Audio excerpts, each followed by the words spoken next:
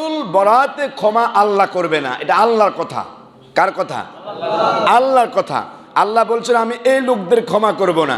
বাকি যারা আছে তারা যদি আমার কাছে ক্ষমা চায়, আমার কাছে তওবা করে, আমার কাছে ফিরে আসে, আমার কাছে রোনাজারি করে, আমার কাছে কান্দে, আমার কাছে গুনার জন্য লজ্জিত হয়, বাকি সবাইকে মাফ করব, কিন্তু আমি 7 শ্রেণীর মানুষকে ক্ষমা করব না।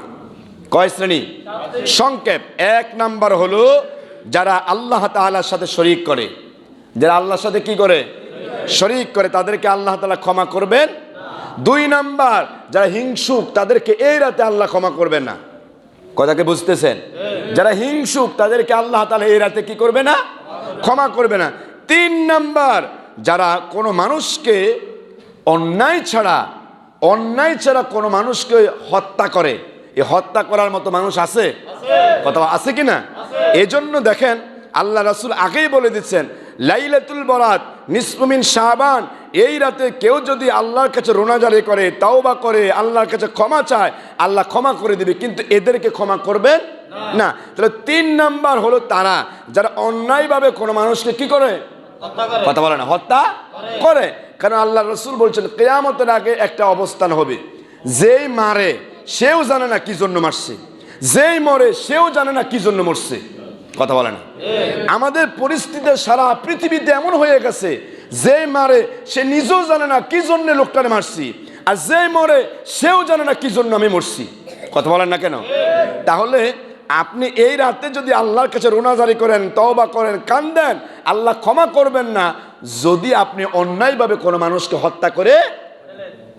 4 নাম্বার ব্যভিচারিণী যারা, তাদেরকে আল্লাহ তাআলা এই রাতে ক্ষমা করবেন না।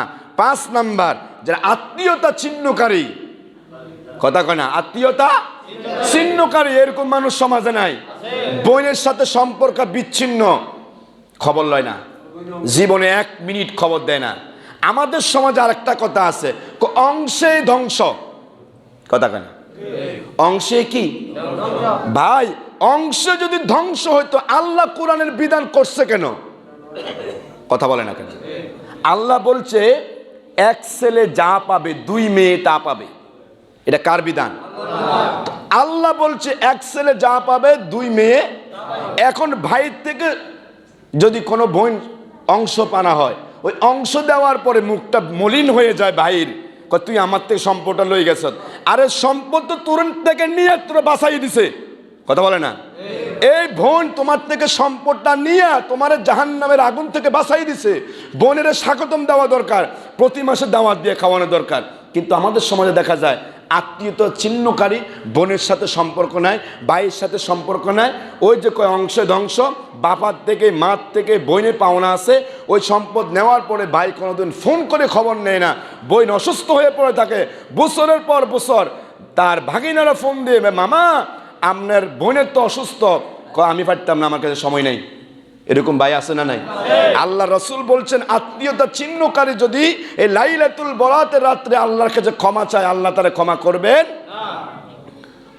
এবার আছে 6 নাম্বার যারা পিতামাতার অবাধ্য, যারা পিতামাতার, আমি যাদের নাম বলছি যদি আপনি ওই তালিকায় থাকেন, ওইটা সংশোধন করে মসজিদে আসবেন।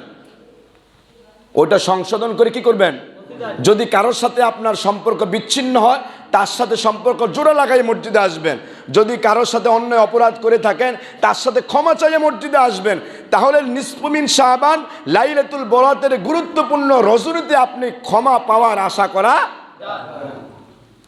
পিতামাতার অবাধ্য সন্তান সমাজে নাই?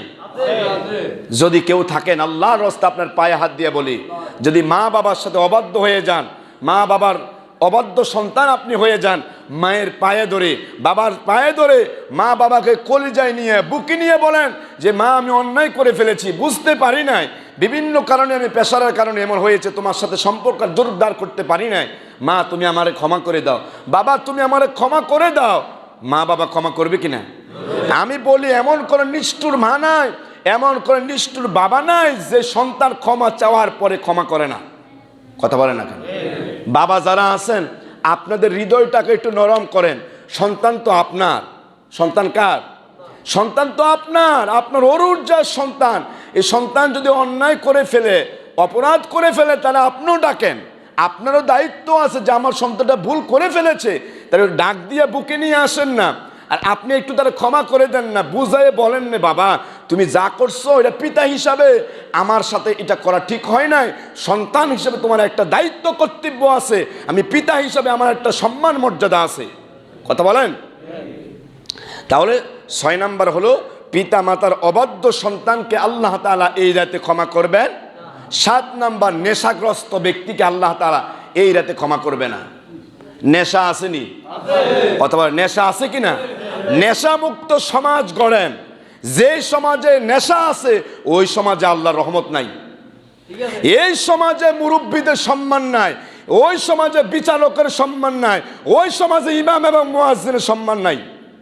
কথা বলেন না কেন? কারণ যুব সমাজ ধ্বংস হয়ে গেছে। আমি গতকাল ঢাকা থেকে রাত্রে ট্রেনে আসছি, প্রায় 1.5টা লাকসাম নামছি। আমি ট্রেনের পাশ দিয়া যত জায়গায় দেখলাম সব দেখলাম ইয়াং ফুলাবাইন, মাত্র 14 বছর বয়স, 20 বছরের ভিতরে। এই ট্রেনের রাস্তায় বসে বসে কেউ সিগারেট খায়, কেউ গাঁজা খাইতে আছে, কেউ টাইনতে আছে। এই সমাজ যদি ধ্বংস এইভাবে হয়ে যায়, আপনি কি সম্মান পাবেন বলেন? আপনি পিতা হিসেবে কি মর্যাদা পাবেন? আপনি ইমাম হিসেবে কি মর্যাদা পাবেন? আপনি একজন বিচারক হিসেবে কি পাবেন ছেলেদের থেকে? এখনো কন্ট্রোল করার সময় আছে। আপনি ভাবছেন আমার ছেলে তো খায় না, আপনার ছেলে খাইতে কয়দিন? কথা কেন? আপনি ভাবতেছেন আপনার ছেলে তো মদ গাঁজা খায় না। মনে রাখবেন, সমাজের অধিকাংশ সন্তান যদি মদ গাঁজা ইয়াবা ফেন্সিলের সাথে জড়িত হয়ে যায়, আপনি ভাবতেও পারবেন না আপনার কলিজার টুকরা সন্তান কোন দিন গাঁজা টান দেয়। কথা বলেন। এই জন্য আমাদেরকে এখন থেকে সতর্ক হতে হবে, এখন থেকেই আমাদেরকে সতর্ক হতে হবে। তাহলে আল্লাহ তাআলা আমাদেরকে বাঁচাবেন, আমাদের সমাজ বাঁচাবেন। তাহলে 7 প্রকার মানুষকে আল্লাহ তাআলা এই রাতে ক্ষমা করবে না। কয় প্রকার? 1 মিনিট। 1 নাম্বার হচ্ছে যারা আল্লাহর সাথে শরীক করে, 2 নাম্বার যারা হিংসুক, 3 নাম্বার যারা কোনো মানুষকে অন্যায়ভাবে হত্যা করে, 4 নাম্বার ব্যভিচারিণী মহিলা, ব্যভিচারী পুরুষ, 5 নাম্বার হচ্ছে আত্মীয়তা সম্পর্ক বিচ্ছিন্নকারী, 6 নাম্বার হলো পিতামাতার অবাধ্য সন্তান, 7 নাম্বার হচ্ছে নেশাগ্রস্ত। আল্লাহ তাআলা আমাদের সবাইকে বুঝার তৌফিক দান করুন, বলি আমিন।